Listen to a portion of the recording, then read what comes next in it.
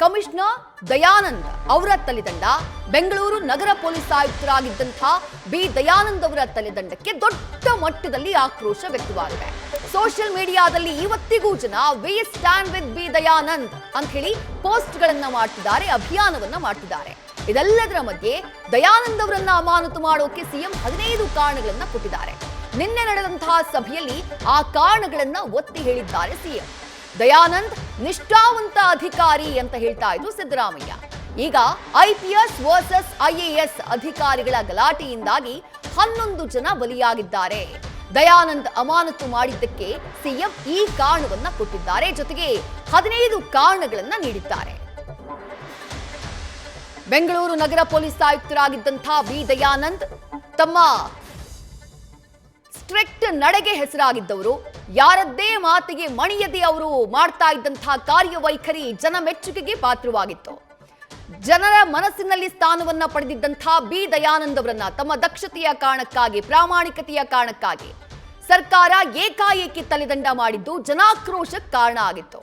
ಯಾಕಂದ್ರೆ ಆವತ್ತು ಚಿನ್ನಸ್ವಾಮಿ ಸ್ಟೇಡಿಯಂನಲ್ಲಿ ಕಾಲ್ತುಳಿತ ದುರಂತ ಸಂಭವಿಸಿದಂತಹ ಸಂದರ್ಭದಲ್ಲಿ ಆ ಮಳೆಯ ನಡುವೆಯೂ ಬಿ ದಯಾನಂದ್ ಅವರು ಆ ಜಾಗದಲ್ಲಿ ನಿಂತು ಪರಿಸ್ಥಿತಿಯನ್ನ ಕಂಟ್ರೋಲ್ ಮಾಡೋದಕ್ಕೆ ಹರಸಾಹಸ ಪಟ್ಟಿದ್ರು. ಘಟನೆ ನಡೆದಂತಹ ಸ್ಥಳದಲ್ಲಿ ಬಿ ದಯಾನಂದ್ ದೌಡಾಯಿಸ್ಕೊಂಡು ಬಂದಿದ್ರು, ಅಲ್ಲಿ ಸೆಕ್ಯೂರಿಟಿಯನ್ನ ನೀಡೋದಕ್ಕೆ, ಅಲ್ಲಿ ಪರಿಸ್ಥಿತಿಯನ್ನ ನಿಭಾಯಿಸೋದಕ್ಕೆ.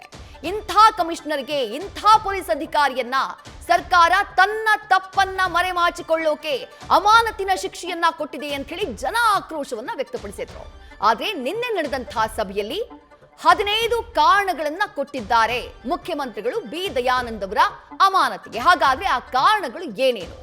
ಡೀಟೇಲ್ಸ್ ನ ನಮ್ಮ ಪ್ರತಿನಿಧಿ ಹರೀಶ್ ನೀಡ್ತಾ ಹೋಗ್ತಾರೆ. ಹರೀಶ್, ಸರ್ಕಾರ ತನ್ನ ತಪ್ಪನ್ನ ಮರೆಮಾಚಿಕೊಳ್ಳೋಕೆ ಪೊಲೀಸರ ಅಮಾನತನ್ನ ಮಾಡಿದೆ, ಇದು ಜನರಲ್ಲಿರುವಂತ ಆಕ್ರೋಶ. ಆದ್ರೆ ಮುಖ್ಯಮಂತ್ರಿಗಳು ಈಗ 15 ಕಾರಣಗಳನ್ನ ರೆಡಿ ಮಾಡಿದಾರಂತೆ. ಯಾಕೆ ದಯಾನಂದ್ ಅವರ ಅಮಾನತು ಮಾಡ್ಲಾಯ್ತು ಅನ್ನೋದಕ್ಕೆ ಅದು ಏನೇನು ಅಂತ ಹೇಳ್ತಾ ಹೋಗ್ಬೋದಾ?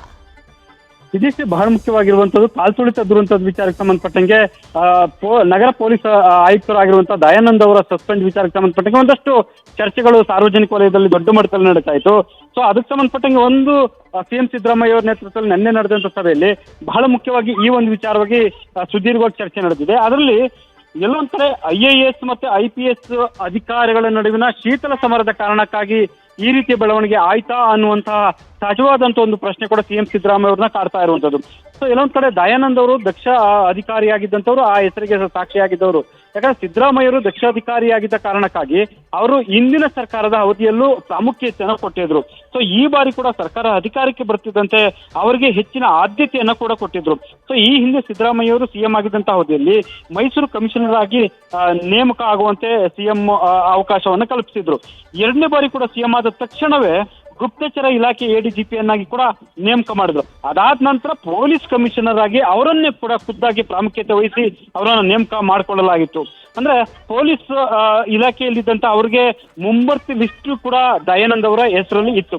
ಹಾಗಾಗಿ ದಯಾನಂದ್ ಅವರ ವಿಚಾರಕ್ಕೆ ಸಂಬಂಧಪಟ್ಟಂಗೆ ಸಿಎಂ ಸಿದ್ದರಾಮಯ್ಯ ಅವರು ಸ್ಪಷ್ಟ ನಿಲುವನ್ನು ಹೊಂದಿದ್ರು, ಮತ್ತೆ ದಕ್ಷ ಅಧಿಕಾರಿಯಾಗಿದ್ರು ಅನ್ನುವಂತ ಕಾರಣಕ್ಕಾಗಿ ನಿರಂತರವಾಗಿ ಪ್ರಾಮುಖ್ಯತೆಯನ್ನು ಕೊಟ್ಕೊಳ್ತಾ ಬರ್ತಾ ಇದ್ರು. ಸೊ ಆದ್ರೆ ಈ ಕಾಲ್ತುಳಿತ ಘಟನೆಗೆ ಸಂಬಂಧಪಟ್ಟಂಗೆ ಒಂದಷ್ಟು ಕಾರಣಗಳನ್ನ ಕೂಡ ಈಗ ಸಿಎಂ ಸಿದ್ದರಾಮಯ್ಯ ನಿನ್ನೆ ನಡೆದಂತ ಸಭೆಯಲ್ಲಿ ಕೂಡ ವ್ಯಕ್ತಪಡಿಸಿದ್ದಾರೆ ಅನ್ನುವಂತ ಮಾತುಗಳು ಕೂಡ ಕೇಳಿ ಬರ್ತಿದೆ. ಅಂದ್ರೆ ಚಿನ್ನಸ್ವಾಮಿ ಕ್ರೀಡಾಂಗಣದ ಕಾರ್ಯಕ್ರಮಕ್ಕೆ ಭದ್ರತೆ ಕೊಡೋದಕ್ಕೆ ಆಗೋದಿಲ್ಲ ಅನ್ನುವಂತಹ ಸ್ಪಷ್ಟ ನಿಲುವನ್ನ ಸಿಎಂ ಸಿದ್ದರಾಮಯ್ಯ ಅವರ ಗಮನಕ್ಕೆ ತರಲಿಲ್ಲ ಅನ್ನುವಂಥದ್ದು ಮೊದಲನೇ ಅಸಮಾಧಾನಕ್ಕೆ ಕಾರಣ ಆಗಿದೆ ಅನ್ನುವಂಥದ್ದು. ಅಂದ್ರೆ ಸಹಜವಾಗಿ ಕೂಡ ಎಲ್ಲೊಂದ್ ಕಡೆ ಒಂದು ರೈಟಿಂಗ್ ಅಲ್ಲಾದ್ರೂ ಕೊಡ್ಬೇಕಾಗತ್ತೆ ಸರ್ಕಾರಕ್ಕೆ, ಇದು ಆಗೋದಿಲ್ಲ ಅನ್ನುವಂತಹ ವಿಚಾರವನ್ನ. ಆದ್ರೆ ದಯಾನಂದ್ ಅವರು ಸ್ಪಷ್ಟವಾಗಿ ಯಾವುದನ್ನು ಕೂಡ ಅಭಿಪ್ರಾಯವನ್ನ ತಿಳಿಸಿಲ್ಲ ಅನ್ನುವಂಥದ್ದು ಇದಕ್ಕೆ ಕಾರಣ ಆಯ್ತು ಅನ್ನುವಂಥ ಬೇಸರ ಸಿದ್ದರಾಮಯ್ಯ ಅವರಿಗೆ ಇರುವಂಥದ್ದು. ಹಾಗಾಗಿ ಬಂದೋಬಸ್ತ್ ಮಾಡಬೇಕಾದ ಕಡೆ ಯಾಕೆ ಪೊಲೀಸರನ್ನು ಹೆಚ್ಚಿನ ಸಂಖ್ಯೆಯಲ್ಲಿ ನಿಯೋಜನೆ ಮಾಡಲಿಲ್ಲ ಅನ್ನುವಂತ ಪ್ರಶ್ನೆಯನ್ನ ಕೂಡ ಸಿಎಂ ಸಿದ್ದರಾಮಯ್ಯ ಅವರು ಮುಂದಿಟ್ಟಿರುವಂತ ಒಂದು ಪ್ರಯತ್ನ ಆಗಿದೆ. ಬೆಳಗ್ಗೆ 11 ಗಂಟೆಗೆ ಜನ ಬರೋಕೆ ಶುರುವಾದಾಗ ಯಾಕೆ ಅದು ಮುಂಜಾಗ್ರತೆ ಕ್ರಮಗಳನ್ನ ಕೈಗೊಳ್ಳಲಿಲ್ಲ ಅನ್ನುವಂತಹ ಪ್ರಶ್ನೆ ಸಿದ್ದರಾಮಯ್ಯ ಅವರಿಗೆ ಕಾಡ್ತಾ ಇರುವಂತದ್ದು. ಅಂದ್ರೆ ಜನರು ಬರ್ತಾ ಇರುವಂತದ್ದು ಪೊಲೀಸ್ ಇಲಾಖೆಗೆ ಗೊತ್ತಾಗ್ಲಿಲ್ವಾ, ಗೊತ್ತಾದ್ರೂ ಕೂಡ ಯಾಕೆ ಅದನ್ನ ಕ್ರಮ ಕೈಗೊಳ್ಳಿಲ್ಲ ಅನ್ನುವಂತ ಪ್ರಶ್ನೆ ಸಹಜವಾಗಿ ಇರುವಂತದ್ದು. ಹಾಗಾಗಿ ದಯಾನಂದ್ ಅವರು ಈ ಒಂದು ವಿಚಾರಕ್ಕೆ ಸಂಬಂಧಪಟ್ಟಕ್ಕೂ ಗಮನಕ್ಕೆ ತರುವಂತ ಒಂದು ಪ್ರಯತ್ನ ಮಾಡಲಿಲ್ಲ ಅನ್ನುವಂತ ಬೇಸರ ಕೂಡ ಈಗ ಸಿಎಂ ಸಿದ್ದರಾಮಯ್ಯ ಅವರಿಗೆ ಇರುವಂತದ್ದು.